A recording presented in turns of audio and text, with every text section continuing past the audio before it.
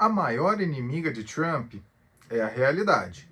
Você está assistindo ou ouvindo o Curadoria de número 16. O atual presidente dos Estados Unidos, que está agora em seu segundo mandato, enfrenta uma dificuldade muito grande em relação aos tempos de que ele era apenas um apresentador de reality show muito famoso. A realidade das coisas, quando as câmeras cortam, a luz se apaga e o set se fecha, é um pouquinho mais complicada. A diferença entre as situações que foram verificadas durante o primeiro mandato de Trump e agora no segundo está apenas na intensidade.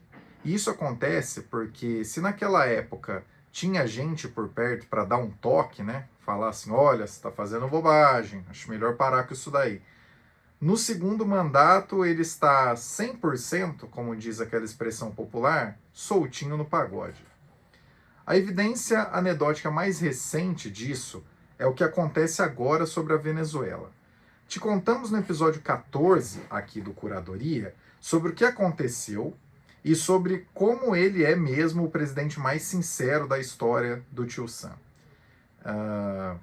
Por não ter entrado em momento nenhum na lenga-lenga clássica de estamos levando democracia, estamos levando liberdade, né, de outros presidentes americanos para fazer intervenções, invasões ou coisas do tipo a outros países.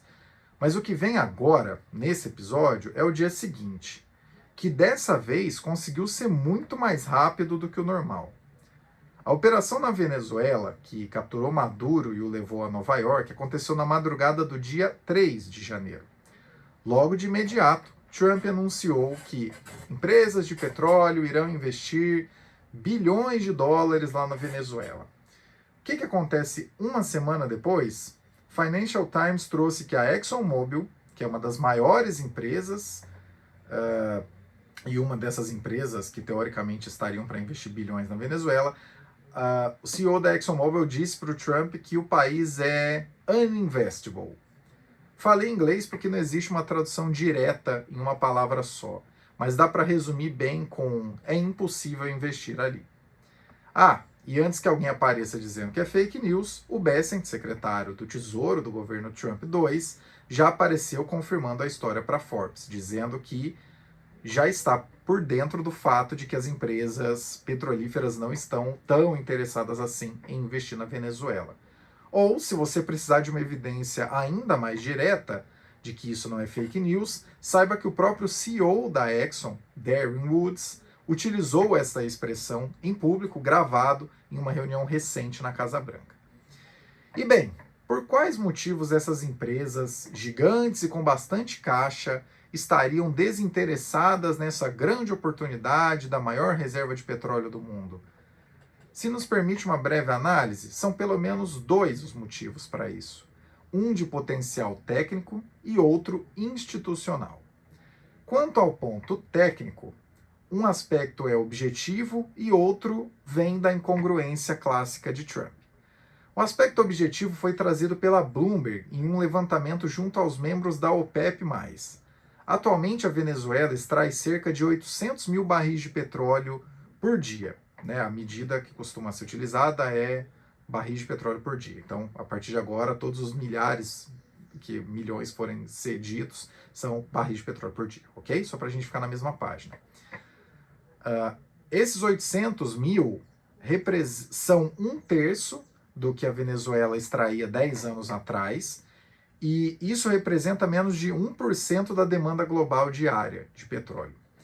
Essa produção conseguiria ser expandida em 150 mil, ou seja, chegando a 950 mil, em alguns meses. Mas para chegar a 2 milhões de barris de petróleo por dia extraídos, seriam precisos investimentos razoáveis e reformas institucionais. Calma que isso vai voltar mais adiante. Ou seja, em termos bem diretos, não adianta nada ter uma reserva imensa de petróleo se o que você consegue explorar é reduzido. Para se ter uma ideia, o Brasil recentemente conseguiu superar a barreira de 4 milhões de barris de petróleo por dia em um mês. Dentro ainda do ponto técnico, o aspecto incongruência do Trump é apenas uma curiosidade. O perfil Acyn, ACYN, no X, o Twitter, publicou um vídeo em que são comparadas duas reações de Trump falando sobre o petróleo venezuelano. E essas duas falas não são distantes, não, tá? Que geralmente as pessoas usam de uma má-fé clássica, que é pegar uma fala da pessoa lá nos anos 90 e pegar uma outra fala agora, né? As coisas mudam depois de décadas. A primeira fala foi em 2023, onde o Trump disse: o petróleo deles é um lixo, o pior que existe, parece um piche. E agora, recentemente, em 2026, mudou a fala para: o petróleo venezuelano é um bom petróleo. Na verdade, ele é ótimo para certas coisas, enfim. Agora, sobre o ponto institucional que talvez justifique esse não investimento, esse não interesse dessas empresas gigantes do setor petrolífero em explorar a Venezuela. Efetivamente, na Venezuela não tem nada de diferente agora. Se era uma ditadura antes, em termos práticos continua agora, porque a vice acabou de assumir. Presos políticos ainda seguem presos políticos. Generais armados até os dentes, na casa dos milhares, também seguem lá impávidos. O conjunto de leis e instituições segue intocado. Tá, uma coisa mudou. A bolsa deles subiu pra caramba depois disso. Mas, em termos de economia real, tá tudo igual. Por qual motivo empresas imensas investiriam vários bilhões de dólares se a única coisa que mudou é quem estava no cargo máximo do executivo? Pois é, provavelmente elas não vão investir mesmo. A não ser que, mas também fica aí que vai ter uma grande resposta para isso. Um ponto que vale a ser apontado aqui é que, em termos institucionais, as petroleiras não estão no vago e distante. No longo prazo, as regras precisam ser críveis para que a gente faça os investimentos. Isso é importante? É. Mas outra coisa importa muito para quem pensa em fazer novos investimentos na Venezuela. Existe dinheiro travado lá há muito tempo. Seja porque os Estados Unidos sancionaram aquele país, inclusive no primeiro mandato do Trump, em outras épocas também, ou porque em outros períodos a Venezuela expropriou esses investimentos. Para você ter uma ideia de quão salgada é essa conta, apenas a ConocoPhillips, que é uma dessas empresas, calcula que existem 12 bilhões de dólares em investimentos que estariam travados por lá desde 2007, 2008. E qual a resposta que essa empresa teve após a reunião com Trump? A resposta foi o seguinte: esquece o passado, o negócio é investir de agora em diante.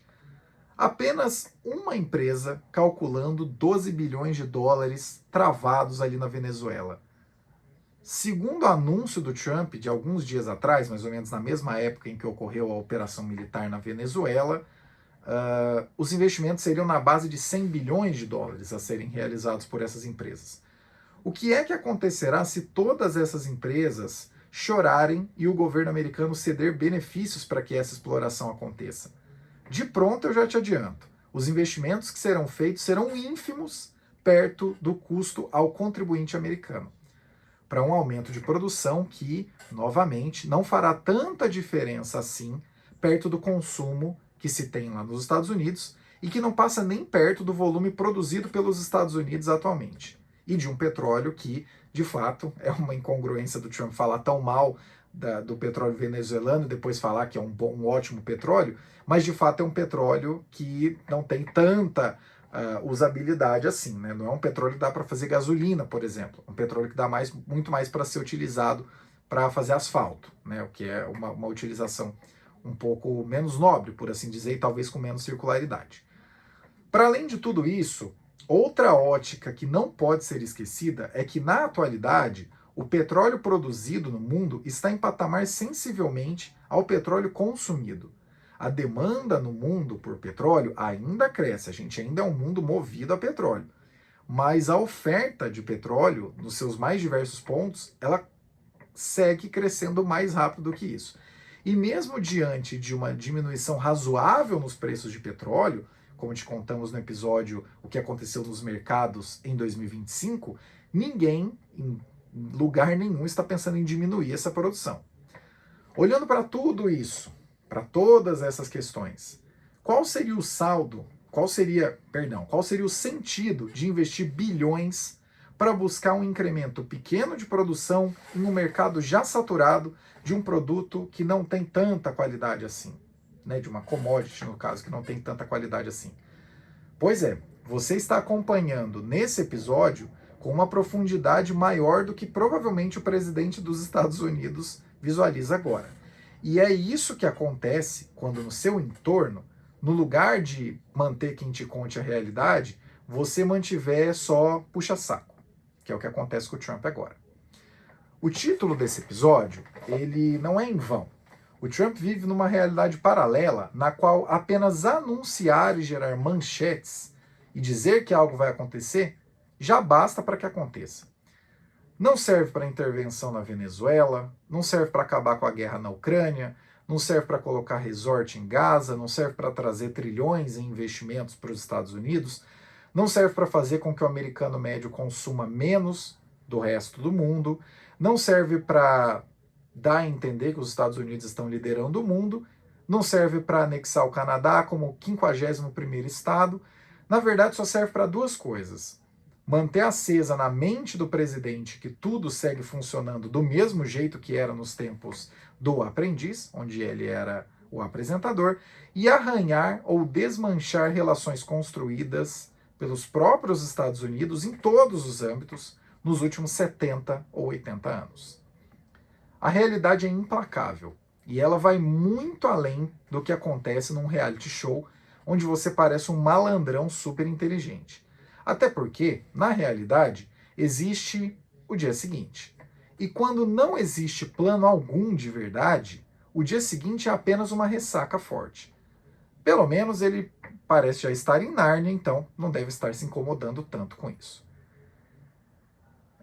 Quem quer fazer alguma coisa acontecer de verdade, e isso vale não só para governos, isso vale para você, nos seus negócios, para metas que você colocar na sua vida, quem quer fazer alguma coisa acontecer de verdade, coloca minimamente algum tipo de planejamento, de passos, de caminho a ser trilhado, de expectativas, de plano de correção.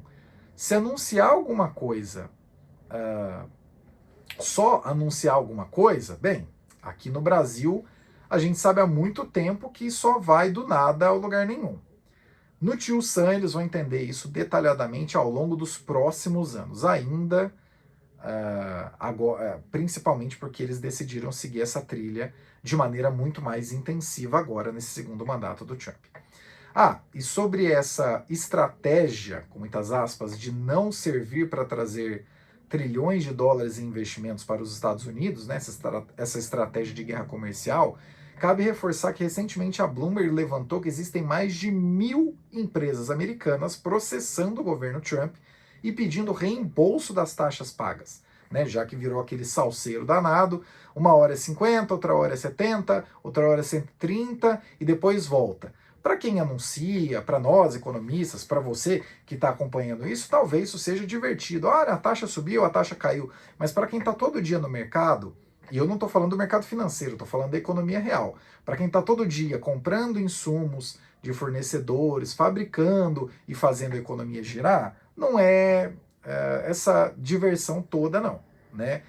E no final das contas, então, o que pode acontecer é que, além de não trazer investimento relevante, essa política completamente imbecil de guerra comercial tarifária de Trump 2, talvez coloque um tijolinho a mais no já combalido sistema fiscal dos Estados Unidos, né? As contas públicas americanas, que, né, já trabalham sob déficit há mais de 25 anos, continuamente, com um juro que agora é real, não é mais aquele juro zero, né? Então essa dívida vai aumentando. Colocaram mais um tijolinho ali, né? Não trouxe investimento, anunciou, beleza, a plaquinha lá no Liberation Day e tudo mais, não trouxe investimento nenhum e ainda vai custar caro, né? Problema de quem pegar esse rojão explodindo depois. Não sabemos quantas mais serão as evidências anedóticas do tipo, desse tipo que te contamos aqui nesse episódio. Mas até agora já deu para entender uma coisa sobre o segundo mandato de Trump. Manchetes podem enganar otários, mas não mudam a realidade. A realidade, segue adiante impassível. Trump pode até latir, e late bastante, mas a realidade passa, e passa incólume. Gostou desse conteúdo? Não deixe de curtir, compartilhar com quem você acha que irá se interessar e deixar o seu comentário para enriquecer a discussão. Ajude a jogar carvão nessa locomotiva de conteúdo que está aqui há tantos anos dedicada a você. Caio Augusto aqui em 11 de janeiro de 2026. Até o próximo Curadoria.